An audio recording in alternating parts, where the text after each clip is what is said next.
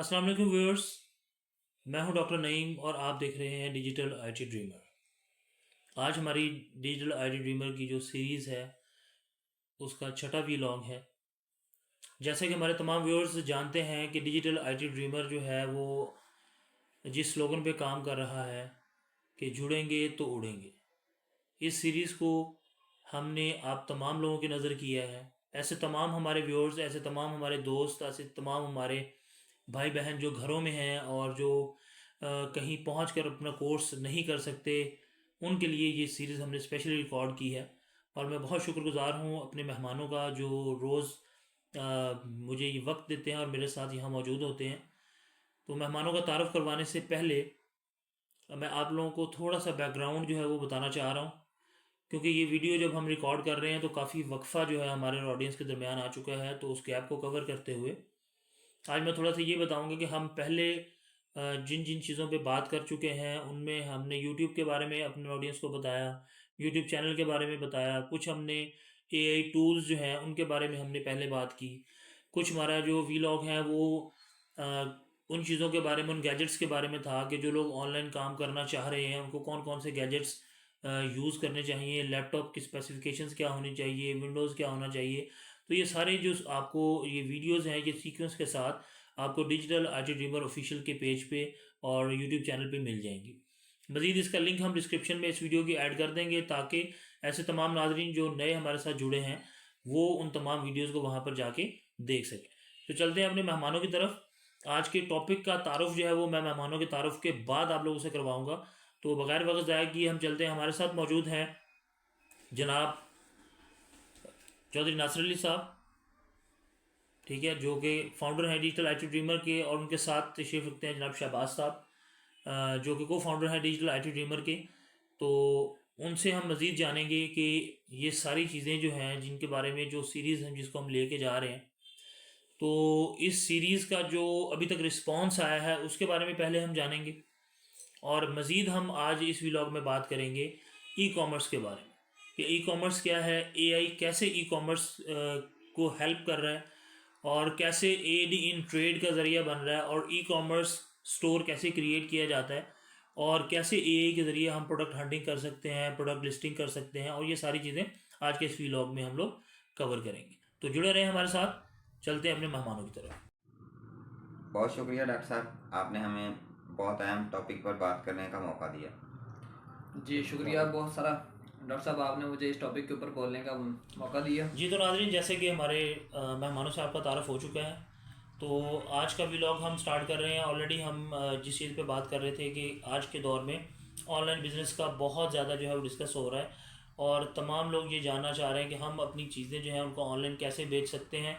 चाहे वो जो है वो गली मोहल्ले में बैठा हमारा एक दुकानदार हो, चाहे वो घर में चीज़ें बनाने वाला कोई कारकुन हो, कोई हुनरमंद हो, कोई भी छोटा बिजनेसमैन जो है वो बिज़नेस को बड़ा करना चाहता है और अपने रोज़गार के ज़रिए बढ़ाना चाह रहा है। तो ई कॉमर्स एक ऐसा डोमेन है जो तमाम लोगों को ये अपॉर्चुनिटी देता है कि वो ऑनलाइन स्टोर क्रिएट करें और अपनी चीज़ों को जो है वो ऑनलाइन सेल कर सकें।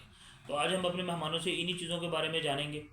सबसे पहले हम अपने मेहमानों से ये पूछेंगे कि ई कॉमर्स है क्या, और हमारे जो व्यूअर्स हैं जो कि ई कॉमर्स से अनजान हैं उनके लिए आप ई कॉमर्स को कैसे एक्सप्लेन करेंगे, और कौन कौन से प्लेटफॉर्म्स हैं ई कॉमर्स के हवाले से जो उनको अपॉर्चुनिटी देते हैं। जैसे बहुत सारे नाम आप लोगों ने सुने होंगे, फेसबुक जो है वो शॉप है, यानी कि मार्केट प्लेस है, टिकटॉक शॉप है, और शॉपिफाई है, या कौन कौन से ऐसे प्लेटफॉर्म है, और इनमें से कौन सा प्लेटफॉर्म सबसे ज़्यादा अहम है। इस सवाल का हम जवाब जानेंगे जनाब चौधरी शहबाज साहब से कि आप हमारे नाज़रीन को ये बताएं कि इन तीन प्लेटफॉर्म्स जिनका हमने नाम लिया इनमें सबसे अहम प्लेटफॉर्म कौन सा है, और हमारे व्यूअर्स को किसका इंतखाब करना चाहिए। जी सर बिल्कुल, अगर मैं बात करूँ इंटरनेशनल लेवल के ऊपर, तो इंटरनेशनल लेवल के ऊपर जो ई कामर्स का सबसे जो ज़्यादा प्लेटफॉर्म यूज़ होने वाला है, वो चंद सालों में आपने देखा होगा कि हर बंदे के जो है ना वो मुंह के ऊपर चढ़ा हुआ था कि जी अमेजोन अमेजोन अमेजोन। तो इंटरनेशनल लेवल की अगर मैं बात करूँ तो इंटरनेशनल लेवल के ऊपर है अमेजोन। अमेजोन ई कामर्स का सबसे बड़ा प्लेटफॉर्म है जो पूरी दुनिया के अंदर जो है ना वो चल रहा है। अभी ये 2 साल 3 साल पहले पाकिस्तान के अंदर भी आया हुआ था, लेकिन पाकिस्तान के अंदर कुछ लोगों ने उसके साथ कुछ इस तरह का स्कैम किया जिसकी वजह से अमेजोन है पाकिस्तान से अब सिस्टम जो है ना वो वाइंड अप करके जो है ना वो वापस जा चुका है। तो सेकंड नंबर के ऊपर आ जाता है ईबे। तो इंटरनेशनल लेवल के ऊपर जो है ना वो ईबे भी बहुत अच्छा जो है ना अपना रोल किरदार अदा कर रहा है, वो भी ई कामर्स का बहुत अच्छा प्लेटफॉर्म है। और इसी तरह पाकिस्तान के अंदर जब रिसेंटली आया इट्स से, ठीक है, तो इंटरनेशनल लेवल के ऊपर भी ये बहुत अच्छा प्लेटफॉर्म है। इसके ई कामर्स के हवाले से इंटरनेशनल लेवल के ऊपर भी ये बहुत ज़्यादा अच्छा जो है ना अपना वर्क परफॉर्म कर रहा है। तो अगर मैं बात करूँ पाकिस्तान में, तो पाकिस्तान में अभी जो टॉप ट्रेंडिंग के ऊपर चल रहा है वह है शॉपिफाई। तो शॉपिफाई जो है ये थोड़ा सा, अगर मैं मार्केटिंग के हवाले से बात करूं तो ये थोड़ा सा इस पे ये कि इसके ऊपर जो एड स्पेंडिंग वगैरह या कॉस्ट जो है वो थोड़ी सी इसके ऊपर स्पेंडिंग थोड़ी सी टफ है। लेकिन ये है कि इस पे आपको जो अच्छी सेल्स जो है वो जनरेट हो जाती है। और सेकंड नंबर के ऊपर आ जाता है दराज। तो दराज एक बहुत अच्छा पब्लिक प्लेटफॉर्म है जहाँ पे आप इजीली जो है ई कामर्स करके अपना एक अच्छा हैंडसम जो है रेवेन्यू जनरेट कर सकते हैं। जी शहबाज साहब, आपने जो है वो काफ़ी इसको एलेबरेट कर दिया। हमारे तमाम व्यूअर्स ऐसे जो कि ई कॉमर्स के बारे में मज़ीद कुछ जानना चाह रहे हैं, आपके जहन में कोई सवाल हो तो आप लोग कमेंट में लाजमी शेयर करें और अपनी आरा से हमें आगाह करते रहा करें। हम तमाम क्वेश्चंस के आंसर जो हैं हर वीकेंड पे एक वीडियो हम प्रॉपर रिकॉर्ड किया करेंगे, जिसमें हम तमाम व्यूअर्स के सवालों के जवाब हम दिया करेंगे। ठीक है।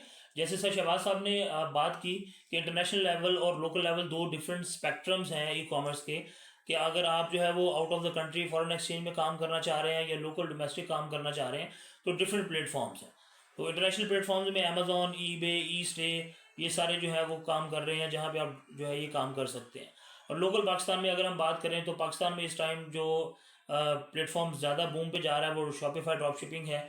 और इसके साथ साथ जो है वो इट से अभी नया लॉन्च हुआ है पाकिस्तान के अंदर, वो भी काम कर रहा है। तो ये तो सारी चीज़ें जो है ना वो हमें समझ आ गई, हमारे व्यूअर्स को भी समझ आ गई। अब थोड़ा सा हम चौधरी नासिर साहब के पास जाएंगे और उनसे हम पूछेंगे कि सर ये जो एक वाइट लेबल और प्राइवेट लेबल स्टोर की हम बात सुनते हैं, तो ये हमारे नाज़रीन को थोड़ा सा ये बता दें कि ये वाइट लेबल स्टोर क्या होता है या प्राइवेट लेबल स्टोर क्या होता है और ये ई कॉमर्स के साथ कैसे जुड़ा हुआ है। इसके साथ ही अगला सवाल मैं जो है वो भी साथ ही ऐड करता चलूँगा। वो हम इससे का दोनों जो हमारे हजरात हैं, क्योंकि ये दोनों इस चीज़ में एक्सपर्ट हैं, तो हम इन लोगों से इसका जवाब लेंगे कि ई कॉमर्स अगर कोई करना चाह रहा है यानी कि ड्रॉप शिपिंग करना चाह रहा है तो उसकी प्राइमरी स्किल्स कौन सी हैं। ई कॉमर्स स्टोर बना लेना काफ़ी है या उसके साथ कुछ और भी स्किल्स यानी कि प्रोडक्ट हंटिंग, लिस्टिंग या डिजिटल मार्केटिंग जो है वो भी सीखनी पड़ती है। तो सर नासिर प्लीज़ हमें अभी हमारे व्यूअर्स को बताएंगे। चलिए इसी तरह सर नासिर साहब से भी पूछते हैं कि प्राइवेट लेबल स्टोर और वाइट लेबल स्टोर क्या होता है और इन दोनों में क्या बुनियादी फ़र्क है। जी, तो जैसे डॉक्टर साहब कह रहे थे कि प्राइवेट लेबल और वाइट लेबल में मैं थोड़ा सा फ़र्क बता दूं। जैसे ये मेरे हाथ में बॉक्स है, इसमें कोई भी आपको स्टैंप वगैरह इस पर नज़र नहीं आ रही होगी, यानी कि ये वाइट लेबल में आ जाता है। आपने किसी से भी ये परचेज़ करना है और आगे सेल कर देना है, ये किसी की भी मलकियत नहीं है। तो आप चाइना से सोर्स कर सकते हैं, कराची होलसेल से कर सकते हैं, अगर अदर कंट्रीज़ में बैठे हैं तो वहाँ पे भी होलसेलर्स बैठे होते हैं, आपने उनसे लेना है और आगे प्रोडक्ट बेच देनी है। अब हम आ जाते हैं जी, प्राइवेट लेबल क्या चीज़ होती है। जैसे ये सोमो कॉस्मेटिक आ रहा है, ये हमारे नाम पे या किसी के नाम पे दोस्त उसे अपने नाम पे रजिस्टर करवा सकता है और फिर आगे प्रोडक्ट सेल करना शुरू कर देता है, तो उसे हम प्राइवेट लेबल कह देते हैं कि वो उसके नाम पे रजिस्टर है, उसने उसका ट्रेडमार्क जो अपने नाम पे रजिस्टर करवाया हुआ होता है। जी तो व्यूअर्स, बड़ी दिलचस्प गुफ्तगू चल रही है और मुझे बहुत मज़ा आ रहा है क्योंकि नई नई चीज़ें सीखने का मुझे भी शौक़ है। तो जैसे कि आपको पता चल गया कि प्राइवेट लेबल और जो वाइट लेबल स्टोर्स हैं या वाइट लेबल प्रोडक्ट्स हैं वो कैसे बनाई जाती हैं, तो जो चीज़ मैं समझा हूँ वो ये है कि अगर आपकी प्रोडक्ट जो आप ओपन सोर्स करते हैं कहीं से भी किसी भी मार्केट से आप प्रोडक्ट उठाते हैं और उसको उठा के आप सेल कर देते हैं, वो किसी के नाम पर रजिस्टर्ड नहीं होती है या उसका ट्रेडमार्क नहीं होता है, तो वो वाइट लेबल स्टोर कहलाता है। और प्राइवेट लेबल स्टोर यानी कि प्रोडक्ट वो होती है जो आप अपने नाम से ब्रांड को रजिस्टर करवाते हो और उसका ट्रेडमार्क लेते हो। जैसे मेरा अपना एक ब्रांड था बारीक आउटफिट्स, तो उसका मैंने ट्रेडमार्क अपने नाम पे लिया हुआ था। ठीक है, तो जो प्रोडक्ट मेरे नाम पे रजिस्टर्ड होगा उसको मैं अपने नाम से बेचूंगा तो वो मेरा प्राइवेट लेबल स्टोर होगा। तो अभी तक हम जिस नतीजे पे पहुंचे हैं कि दो मेन चीज़ें हमने अभी तक एक्सप्लोर की हैं। एक ये कि ई कॉमर्स क्या है और ई कॉमर्स के डिफरेंट प्लेटफॉर्म्स क्या है, और दूसरा हमने देखा कि प्राइवेट लेबल स्टोर और जो अपना वाइट लेबल स्टोर है उसमें क्या फ़र्क होता है। ठीक है, और मज़ीद इस सवाल को आगे बढ़ाते हैं। जैसे कि पहले मैंने जिक्र किया था कि हम सर शहबाज से ये जानेंगे कि अगर कोई हमारे जो व्यूअर्स हैं अगर वो ई कॉमर्स स्टोर बनाना चाह रहे हैं तो क्या उनको कोई और भी बुनियादी स्किल्स सीखने की ज़रूरत है या वो जस्ट अपना ई कॉमर्स सीखें और उसका स्टोर क्रिएट करें और उस पर काम करना शुरू कर दें। क्योंकि मुझे ये लगता है कि हर काम के कुछ SOPs होते हैं तो अगर आपने ई कॉमर्स करना है तो उसकी कुछ बुनियादी स्किल्स हैं, ताकि आपको पता हो कि प्रोडक्ट हंटिंग, प्रोडक्ट लिस्टिंग और प्रोडक्ट फाइंडिंग जो है वो कैसे करनी है, और प्रोडक्ट को मार्केट कैसे करना है। ये सबसे बड़ा क्वेश्चन है। अगर आप ऑनलाइन स्टोर बना लेते हो, अपने प्रोडक्ट की स्पेंडिंग आपको नहीं पता, कंपेन लगाना आपको नहीं आता, या उसको बेचना नहीं आता, तो फिर ये मुश्किल हो जाएगा। आप स्टोर बना के बैठे रहेंगे तो आपकी सेल्स नहीं आएंगी। तो ये एक बुनियादी सवाल है, इसका जवाब जानते हैं सर शहबाज से। सर प्लीज़ हमारे व्यूअर्स को ये बताएं। जी, जैसे कि डॉक्टर साहब ने पहले आपको बताया है कि जो स्टोर बनाना है ना, यही काफ़ी नहीं होता कि अगर आपने शॉपिफाई के ऊपर या एनिमल किसी और प्लेटफॉर्म के ऊपर आपने अपना स्टोर बना लिया या आपने अपनी दुकान बना ली है, तो अब आपको जो ना ऑर्डर्स आना शुरू हो जाएंगे, आपको सेल्स आना शुरू हो जाएंगी। तो ऐसा हरगिज़ नहीं होता, ऐसा पॉसिबल नहीं होता। तो उसकी कुछ स्ट्रैटेजीज होती हैं, कुछ SOPs होती हैं, जिनको मद्देनज़र रखना जो है ना वो बहुत ज़्यादा ज़रूरी होता है। जिसके ऊपर जो फर्स्ट नंबर के ऊपर आ जाता है कि हम सिर्फ यही सोचते होते हैं कि हमने स्टोर बना लिया है, अब धड़ाधड़ इसके ऊपर ऑर्डर्स जो है ना वो आना शुरू हो जाएंगे, लेकिन ऐसा हरगिज़ नहीं होता। इसमें ये है कि आपने अपनी, जब तक आप मार्केटिंग नहीं करेंगे, जब तक आपका प्रोडक्ट्स लोगों तक नहीं पहुंचेगा और आपके प्रोडक्ट्स के ऊपर कोई लोग आगे रिव्यूज़ नहीं करेंगे, उसे चेक नहीं करेंगे, देखेंगे नहीं, उस वक्त तक आपको ऑर्डर्स नहीं आएंगे। तो सबसे पहले तो ये है कि आपको मार्केटिंग जो है ना उसका पता होना चाहिए, आपको बेचना आना चाहिए कि आपने जो अपना प्रोडक्ट है ये क्यों, कौन सी मार्केट के अंदर बेचना है और किन लोगों को अपना ये प्रोडक्ट्स जो है ना आपने सेल करना है। तो इसमें यह है कि आपको मार्केटिंग की जो स्ट्रेटजीज है ना वो सारी आपको पता होना चाहिए। तो फर्स्ट ऑफ ऑल ये कि जैसे ही आप अपना स्टोर बना लेते हैं, तो आपको स्टोर बना जब आप क्रिएट कर लेते हैं तो आपने वहाँ पे कौन सा प्रोडक्ट रखना है, ठीक है। तो आपको प्रोडक्ट का पता होना चाहिए कि वो जो प्रोडक्ट है आपने किस तरह हंट करना है। इसे कहते हैं ई कॉमर्स के अंदर प्रोडक्ट की हंटिंग। कि आपने जो प्रोडक्ट हंट करना है, जो प्रोडक्ट हंटिंग है वो किस तरह की है, वो आपको स्ट्रेटजीज वगैरह उसकी पता होना चाहिए। कि ये ना हो कि वो आप प्रोडक्ट्स इस तरह का ढूंढ लें कि जो मार्केट में इजीली अवेलेबल हो। तो आपने इस तरह का प्रोडक्ट्स नहीं ढूंढना होता। फिर उनका वॉल्यूम कम होना चाहिए, मतलब कि कोई इसका वॉल्यूम जो है ना कुछ स्मॉल साइज उसका होना चाहिए। कोई बड़ी आपने भेड़ंगी शायद जो है ना वो चीज़ वगैरह कोई वो आपने इस तरह की नहीं, आपने सर्च करनी है, हंट करनी। तो सेकंड नंबर के ऊपर आ जाता है जब आप कोई प्रोडक्ट्स वगैरह अपना हंट कर लेते हैं, तो उसमें फिर आपने अपना प्रोडक्ट जो है ना वो अपने स्टोर के ऊपर या अपनी अपनी जो शॉप बनाई हुई है, जो दुकान बनाई हुई है, उसके ऊपर आपने लिस्ट करना होता है। तो आपको जो प्रोडक्ट लिस्टिंग है वो भी आपको आनी चाहिए। तो ये भी बहुत ज़्यादा ज़रूरी होता है। फिर आपने अपने स्टोर की रेनोवेशन करनी होती है, मतलब आपने थीम कस्टमाइजेशन करनी होती है, आपने स्टोर को कस्टमाइज़ करना होता है। तो आपने स्टोर को कस्टमाइज़ करना है, ये भी आपको इसका नॉलेज होना चाहिए, तब भी जाके ना आप अपना ई कॉमर्स के अंदर कामयाबी हासिल कर सकते हैं। तो लास्ट पे आ जाता है कि जब आपको प्रोडक्ट हंटिंग भी आ गई, आपको प्रोडक्ट लिस्ट भी कर दिया, तो अब आपने ये कौन सी मार्केट के अंदर बेचना है और किन तरह के कस्टमर्स जो है ना वो आपसे ये चीज़ बाय करेंगे। तो ये भी बहुत ज़्यादा ज़रूरी है। तो बहुत सारे मेरे स्टूडेंट्स या जो मेरा अपना पर्सनल एक्सपीरियंस है कि वो चीज प्रोडक्ट्स कोई और होता है, ठीक है, किसी और मार्केट्स के अंदर जो आके वो बेच रहे होते हैं। मैं मिसाल दे रहा हूँ कि फीमेल्स के कोई प्रोडक्ट्स होते हैं, लेकिन वो जाके मेल के जो है ना ऑडियंस को टारगेट कर रहे हो। तो ऐसा हरगिज़ नहीं करना। तो इसमें यह है कि आपने मार्केटिंग की स्ट्रैटेजीज को देखना है, स्टैक्स को समझना है और देखना है कि ये जो प्रोडक्ट्स है ये किन लोगों की नीड है। तो आपने उन लोगों को जो जाके ना टारगेट करना है। तो ये बहुत ज़्यादा ज़रूरी होता है। तो इसमें यह है कि आपको मार्केटिंग की स्ट्रेटजीज जो है ना आपको पता होनी चाहिए, तभी जाके आप एक ई कॉमर्स का अच्छा प्लेटफॉर्म जो है ना यूज़ करके आप उसे एक अच्छा रेवेन्यू जनरेट कर सकते हैं। जी तो व्यूअर्स, आपको उम्मीद है कि चीज़ें बहुत सारी समझ आ रही होंगी। आज का ये वीलॉग बहुत ज़्यादा इंपॉर्टेंट है उन लोगों के लिए जो ई कॉमर्स करना चाह रहे हैं और ई कॉमर्स पूरी दुनिया में कदम रखना चाह रहे हैं। तो इस वीडियो को आपने एंड तक देखना है। तो बुनियादी हमारा सवाल जो है उसका जवाब सर ने हमें दे दिया कि हमारे व्यूअर्स को प्रोडक्ट हंटिंग, प्रोडक्ट लिस्टिंग और हाउ टू सेल, ये सारी स्ट्रेटजीज और SOPs का पता होना बहुत ज़्यादा ज़रूरी है। इसकी मज़ीद तफसील जो है वो आपको आने वाली वीडियोज़ में भी मिलेगी और कुछ नया कंटेंट जो हम डिस्क्रिप्शन में भी ऐड करेंगे। इसके साथ ही हम सर नासिर साहब से ये जानेंगे कि हमने स्टोर बना लिया है, स्टोर बनाने के बाद हमने प्रोडक्ट हंटिंग, लिस्टिंग सब कुछ सीख लिया है। तो हमारे व्यूअर्स को थोड़ा सा ये बता दें कि डिजिटल मार्केटिंग का इसमें क्या रोल होता है और क्या डिजिटल मार्केटिंग जो है वो एक बुनियादी इकाई है ई कॉमर्स को, स्टोर को चलाने के लिए। जी, तो जैसे डॉक्टर साहब कह रहे थे कि क्या मार्केटिंग ज़रूरी है इसकी, यानी कि सोशल मीडिया मार्केटिंग स्टोर बनाने के बाद ज़रूरी है। जी डॉक्टर साहब, बिल्कुल ज़रूरी है। बुनियादी फ़र्क ही यही है ऑफलाइन और ऑनलाइन का। वैसे तो हम ऑफलाइन भी दुकान बना के बैठ सकते हैं, लेकिन मैं अक्सर लोगों को सवाल पूछता होता हूँ कि आपने पिछले 2-3 साल से कहीं पे रोड पे ठहर के पेनाफ्लेक्स पढ़ा है जो रोडों पे लगा हुआ होता है? तो सबका जवाब ना में सुना है मैंने आज तक 99% कि उन्होंने 3-4 साल से पिछले पेनाफ्लेक्स ही कोई नहीं पढ़ा। तो डिजिटल मार्केटिंग इसलिए ज़रूरी है कि हमने ये मार्केटिंग लोगों की जेब तक रसाई हासिल करनी है।